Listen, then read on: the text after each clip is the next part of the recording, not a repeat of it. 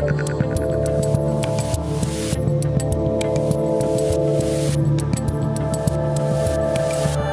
right, I'm Dave Rubin, and welcome to another Friday panel extravaganza. Today we're going to be discussing school closures, school choice, and homeschooling. And joining me are the Director of School Choice at the Reason Foundation, Corey DeAngelis, author, actress, and education activist Sam Sorbo, and the Director of Outreach for PragerU's new Prep program, Jill Simonian. Welcome to the Rubin Report, everybody. Thank you. Thank you. All right, so we've been connected for about 10 minutes, and we all just vented about our feelings about lockdowns and masks, but we're going to focus on education here, and I realize that we're all sort of in interesting cities right now. So Jill, I'm going to start with you because we're actually pretty close. We're about a mile away from each other. You're here in crazy Los Angeles. I'm not happy with I don't even have kids yet, but I'm not happy with the teachers union. Schools are still not open. Everyone's kind of freaking out. What is the state of schools in LA right now? Okay, so the state of schools in the LA area, my full disclosure, my kids are in a public school in a district that we specifically moved to outside of the LA area because the schools were top notch years ago. And the state is crazy. Us parents are so angry. I have been angry. Our district, and we're not in LA Unified, okay? We're in what's known as a boutique school district that is very much has been in partnership, open conversation, wonderful relationship with parents and the community. But it's all, I hate to say this, it's gone to hell in a handbasket the last year. Yeah. Push-pull, divisiveness, I can't even describe it. Finally, my two elementary school children are in school, back every day, 3-hour hybrid scenario since for the last few weeks. So progress, but still very angry and just. Right. And of course, a lot of that has to do with the unions. We're going to get to them in a little bit. So from the city that I'm stuck in to the state that I want to live in, Sam, you are in Florida. Look at you rubbing it in sunny Florida. I said nothing. I can just feel it. I can just feel that thing from you Floridians now. No, what's going on in Florida? Because DeSantis obviously has largely kept the state open. Yes, and the schools are open, and he actually took school closures pretty much off the table. So schools have been in session. Of course, I come to this from a completely different standpoint. My kids haven't been in schools in over a decade. I've been an advocate for homeschooling, and I've written a few books about it, and you can go to samsorbo.com if you want more information. And it's funny because, Dave, I found myself on the same side as the left saying, don't put kids back in school, keep them closed. Of course, I say that somewhat tongue in cheek, right. But frankly, what we are teaching our students in schools is progressivism, is socialism, is Marxism. And I don't know if there's a solution to that because it's ingrained in the textbooks and the teachers have been indoctrinated at this point. And so it's going to be very difficult to withdraw from that mentality, especially for our youth. And now we have even further things coming down the pike. So there's a whole new directive to basically turn our children into social justice warriors, to convince them that they are the oppressed class so that they fight against the authorities and overturn the system. And mind you, of course, they're putting this through without any plans for what the new system would be, the system that might be better than the European-centric white system that started this whole great experiment that we call the United States of America. It's anti-American.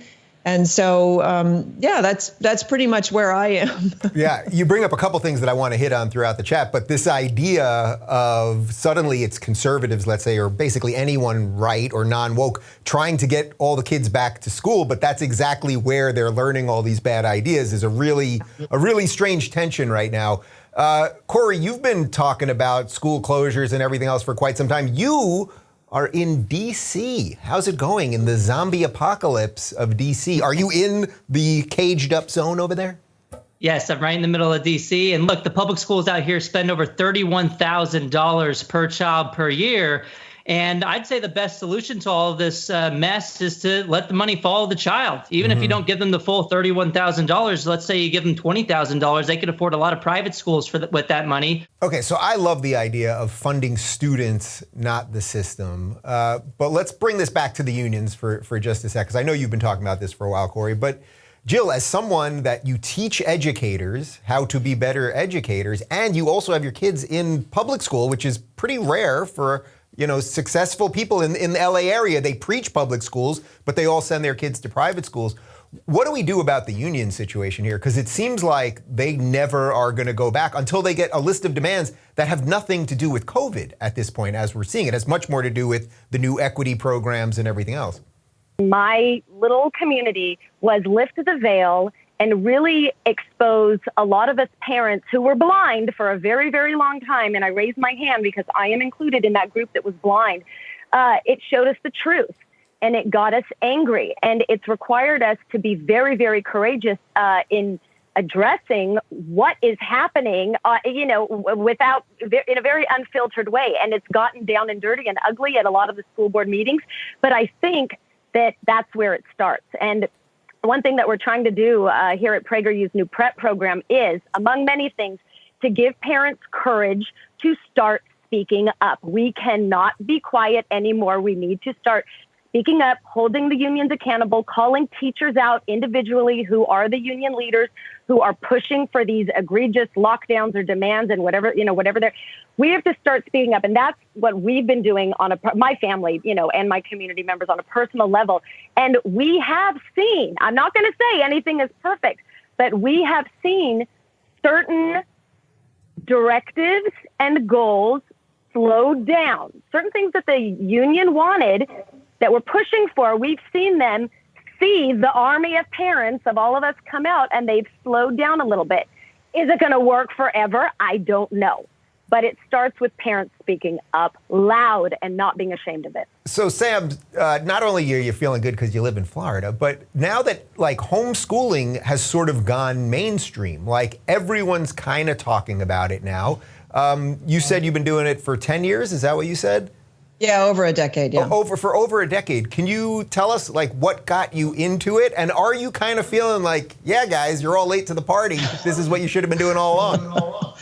Well, I've been preaching this for years now, but I'm thrilled that people are starting to see the benefits of home education. And I would prefer to call it home education because schooling is what happens in school. And you end up with people who cannot think. Because they're being taught actually not to think. And I say that, for instance, we didn't ask the right questions when the pandemic came down. We agreed with 2 weeks to flatten the curve, and then they changed it to slow the spread, and nobody asked the question. And the reason that they didn't is because in school, we learn that you have to ask you have to ask permission before you ask a question. And it goes on and on from there. So, for instance, parents used to say to me, I could never homeschool. I wouldn't know how. And my question was always, did you graduate high school? And they would say yes. And I said, but you feel inadequate to teach a third grader. So since the definition of education is basically learning something well enough to teach it, perhaps you haven't been educated. Maybe you've been schooled. And perhaps you should reconsider whether you want to send your child into the system that, turned out the likes of you. And so, this is sort of an ongoing conversation. What's that? They always take that well, I assume. Yeah. I do it rhetorically and maybe not so much in person because I don't want to make enemies. But frankly, people don't really understand anymore in this nation what education is. And that's the sad truth, because education used to be engaged in the pursuance of truth, and it is no longer. And so we used to pursue truth, beauty, and goodness. And now we are teaching children that there are no such things, that truth is malleable, beauty is simply in the eye of the beholder, all evidence to the contrary, because if you look at a sunset, typically you say it's beautiful. And if you don't think a sunset is beautiful, there's something wrong with you and not the sunset. But now we're teaching kids, no, beauty is simply in the eye of the beholder. And goodness, well, that's on a sliding scale too. Some things are good. And, sometimes if you steal from somebody, hey, the insurance company is going to pay for it. So it's good. I mean, we're really at that edge now. And so, the homeschool movement has grown, and I'm very hopeful that people will understand that it's more about the relationship between the child and the parent and the relationship that the child has to truth, beauty, and goodness. The main thrust of home education is that we are teaching children to teach themselves. And that's a skill that's a lifelong skill. We are not teaching that in schools. So go ahead. I do want to jump in because everything that Sam said, Sam, you know that you're already one of my unofficial mentors here. I listen to your words and I soak it all up, honey. But because it's smart and it's truthful and it's exactly what so many of us parents want. But I gotta ask, and maybe this is the naive part of me because my kids are still so young, but isn't everything what you just said and described, all of those values that we share, isn't it worth fighting for families through our public schools to keep those ideals in our public schools through our children, through our parental involvement as much as possible? Isn't it worth fighting for? That's why I'm still hanging on to this. Yeah, okay, my kids are in school and it's public school and there's problems and issues, but I'm going to fight because it's worth fighting for. Let me actually pose, that was exactly the question that I wanted to ask Corey, because as the school choice guy, I hear what Sam's saying and it's like, how could anyone send their kids to public school? And then I hear Jill and she's doing it and there's some pushback that's kind of working. But what do you think about that question? And then I'll let Sam answer as well. Real quick on the homeschooling, I just want to point out the U.S. Census Bureau just released a report suggesting that about 11% of households are now formally homeschooling, not pandemic schooling at home, but unenrolling their kids and formally homeschooling, which is essentially a tripling of it just a couple of years ago. So it's a huge spike in homeschooling. But then I also want to respond to Jill's point and say, yes, I think we should do both. You should push for reform in the traditional system.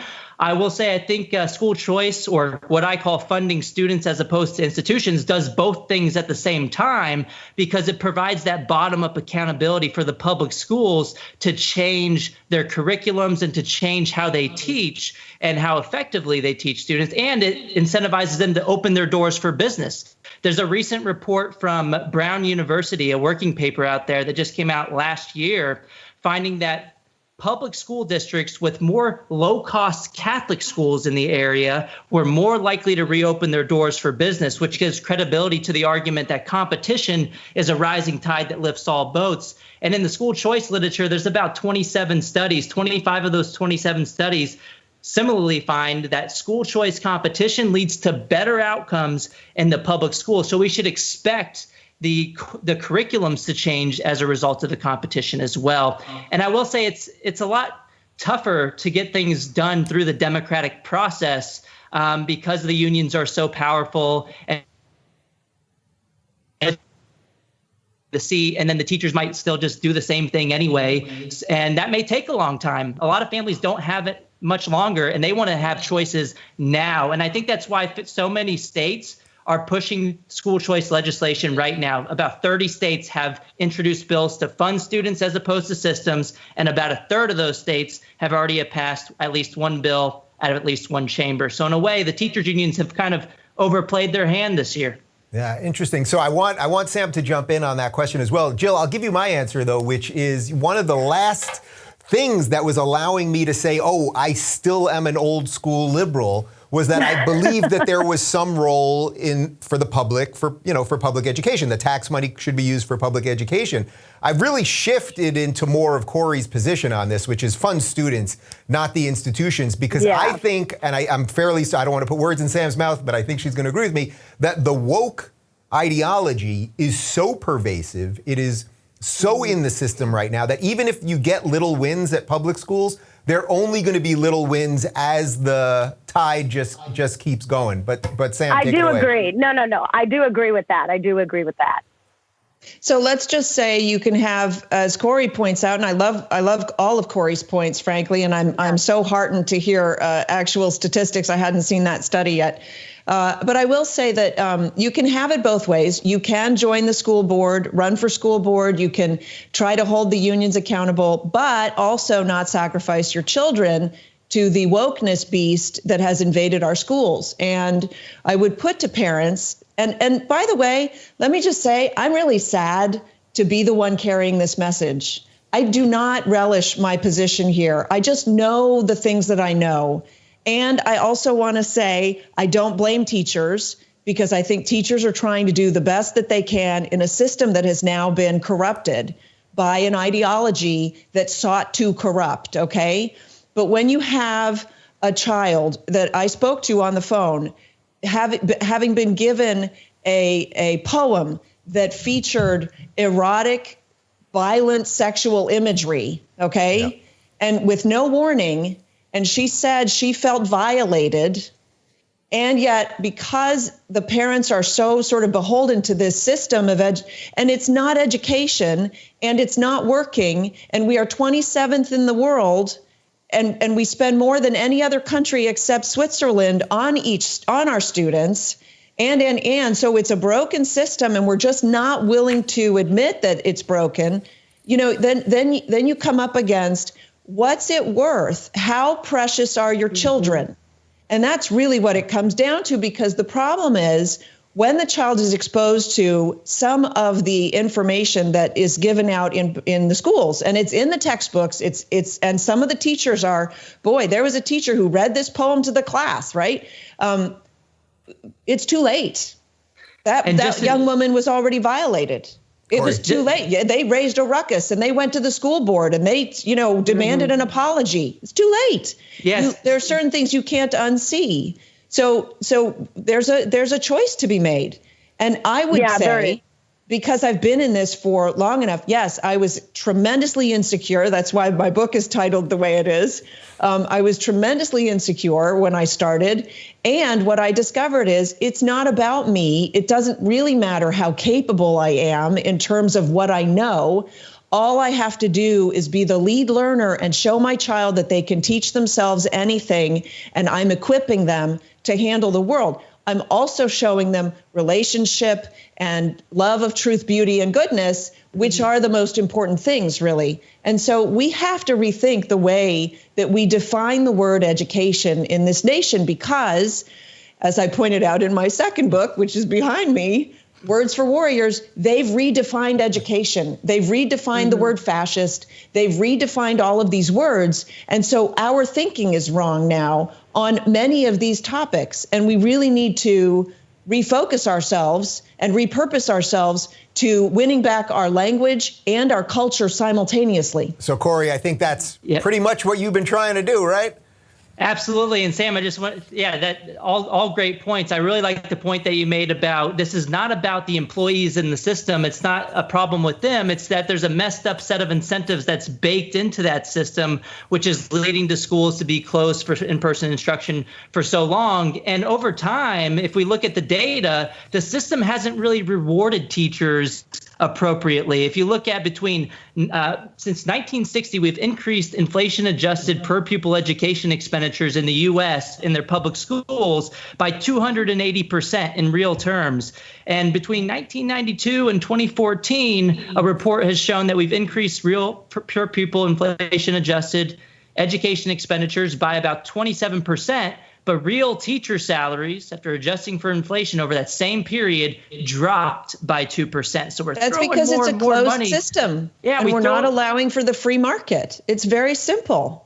Exactly. And the employer has very little incentive to spend the money wisely. And the best way to spend that money wisely is to allocate it towards the teachers doing the work in the classroom. But so we're just throwing more money at its administrative bloat and support staff. So you don't support diversity administrators being hired instead of paying teachers a little bit more? That's not really the way to go? I mean, seriously. Look, the public schools can do what they want as long as that's as a result of the free choice of individuals choosing their schools. Perhaps a certain type of administrator role is okay. I don't know the perfect amount of any type of administrator in any given school. And that's the beauty of the free market, because none of us has that information on the ground that individual families have. And that's a great argument to fund the students as opposed to the institutions. And one more point, 5 studies exist on this topic, looking again at the competitive effects of charter schools or private schools on the public school teacher salaries. All 5 of those studies that I've seen on this topic find statistically significant positive effects of competition from private and charter schools on the public school teacher salaries. Right. But guess what? Because they start to think a little bit about how to spend it.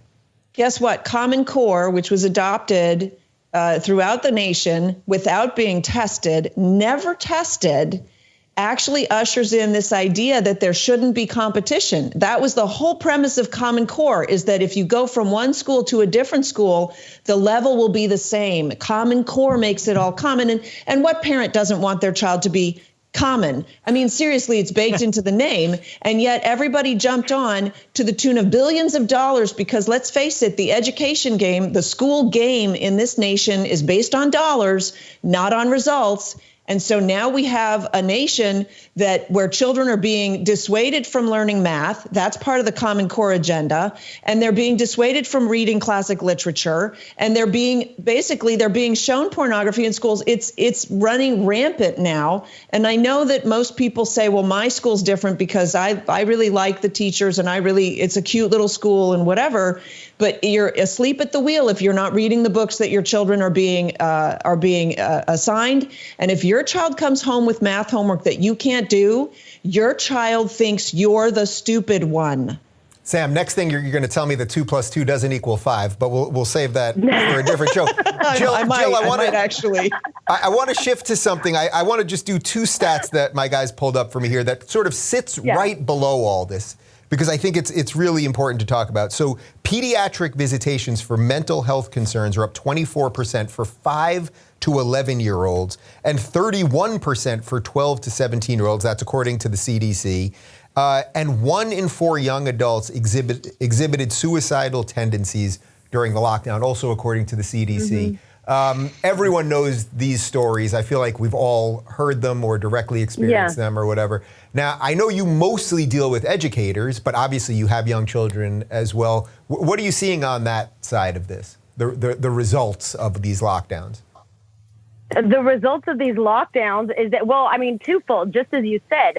Mental health issues are skyrocketing. And I'm not here, I just want to clarify, I am not here to protect the public school system in any way. The whole system is broken. I fully agree with all of you in that the system is broken.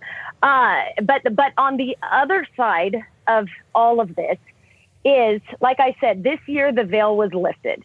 And for me personally, my eyes were awake.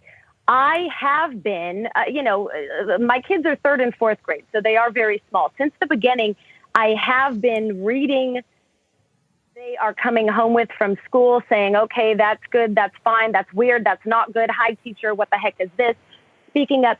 On the other side of this, we need to take, Dave, going back to the statistics about mental health, we need to, as parents, take all of this information and studies and findings that have come to light through this horrible, awful year, and for lack of a better word, ramrod it into the faces and onto the desks and into the email inboxes and in person, if we're able to, ramrod it to the union leaders, our government officials, just as Sam mentioned, our school boards. I've shown up last week.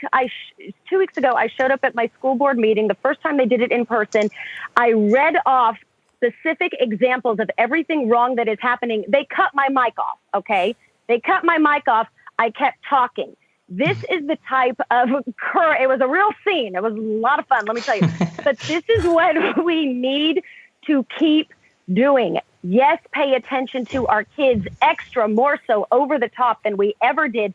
And in order to counter all of this woke nonsense that is going on and all of the devastating effects with kids' mental health, it's devastating, it's crippling. We need to rise up and we need to counter all of it in providing our kids at home what they need in terms of spiritual help, mental help, physical help, teaching our kids American values to offset all of this. So, Sam, on the mental health side of this, I feel like there's a lot of people probably watching this, and I'm sure you get this question all the time, that a certain amount of people are very open to homeschooling right now that maybe wouldn't have been a year ago, but they're concerned about the socialization part, that, oh, what do you mean? My kids are just going to stay at home with each other all day. They're not going to have recess. They're not going to be, joking in the back of the class, all of that kind of stuff, which is related, obviously, to mental health as well. What do you say to parents about that? So I know that there are some children who are extreme extroverts who really crave being in a classroom with 30 other children. But I just love that inevitably the conversation goes to socialization, and shouldn't our kids be in school for socialization? And of course, my answer is, I'm sorry, I thought we were talking about education, but okay, let's talk about that. Homeschooled kids, by and large, are much better socialized than public school children, because I don't know how you would think that a sixth grader would learn proper manners and good etiquette from other sixth graders, but they don't.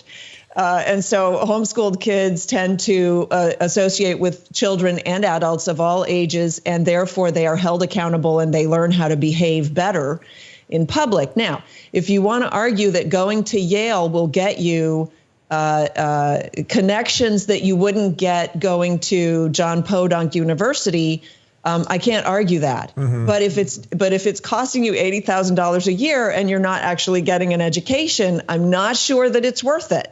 So, there are a lot of ways to come at that question of socialization. Unfortunately, I think it's an invalid question to the topic, which is supposed to be education. Now, if you want to talk about mental health, I wish our schools cared more about our children, because the schools that aren't opening, and they seem to have less care for the mental well-being of children that they proclaim are better served being in school. Corey, I feel like you could go in a million directions there. Just take it away. Yeah, there's a lot of things I want to say. But with the whole socialization debate about homeschooling, it always assumes that all forms of public school socialization is a positive form of socialization. There's plenty of negative examples of socialization that occur in public schools: obedience training, fighting, drugs, gang activity. There's bullying. With homeschool, you get to avoid a lot of the negative forms of socialization as well, and capitalize on the positive forms of socialization as determined by the parents. And I will say, with the school reopening debate, look, there have been a lot of costs associated with not giving the families the choice to have in-person instruction over the past year. You guys already hit on mental health issues. In the 5th largest school district in the U.S., Clark County Public Schools, student suicides over the past year have already doubled. And so that's a huge statistic. And then there's also a lot of other evidence of mental health issues going on. But then the learning losses are huge as well. If you look at Fairfax County Public Schools in my area, the number of students that have the proportion of students that have failed 2 or more classes since the previous year has increased by 83%. Wow. And that number has increased by 111% for special needs students. And similar numbers have been emerging all across the country. A nationwide study by McKinsey & Company, 2 of them actually, have suggested that students all across the nation are losing months and months of learning, and the learning losses are the worst for students of color and students from low-income families as well. So this is leading to inequities that were already existing in our public school system. And for what? Keeping the schools closed has not led to substantial benefits in terms of reducing spread of the community spread or hospitalizations of the coronavirus. Tons of evidence. A review of 130 different studies just came out by John Bailey, who is associated with the American Enterprise Institute.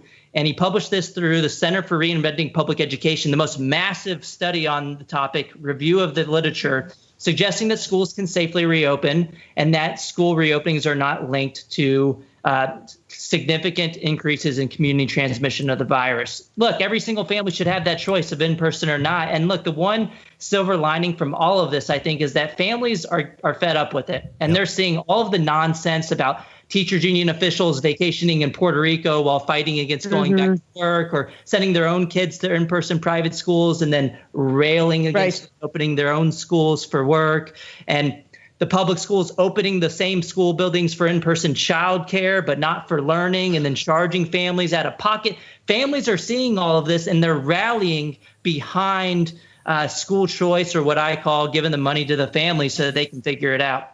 Well, listen, all three of you guys are doing great work. Unfortunately, we're out of time, but I'd love to have you back because I just think that this topic, it's so important. Like, if we're going to fix any of this stuff, and I guess if is the operative word there, then it starts with education. So we're going to link to all your websites and all that good stuff right down below. And I thank you guys for joining me, and have a great weekend. Thank you. Thank you. Much.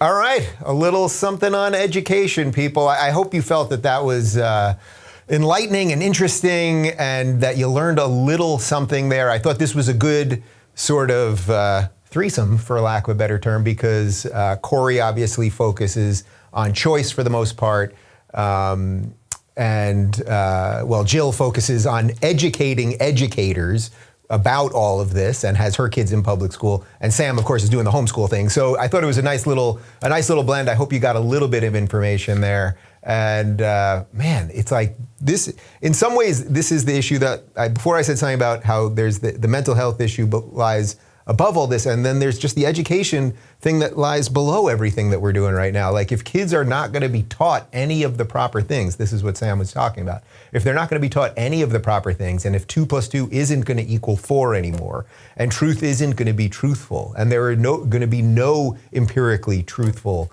things, well then, man, how are we going to fix anything else? So I hope you got a little something out of this. Have a great weekend, everybody, and we're back at 11 a.m. Pacific on Monday.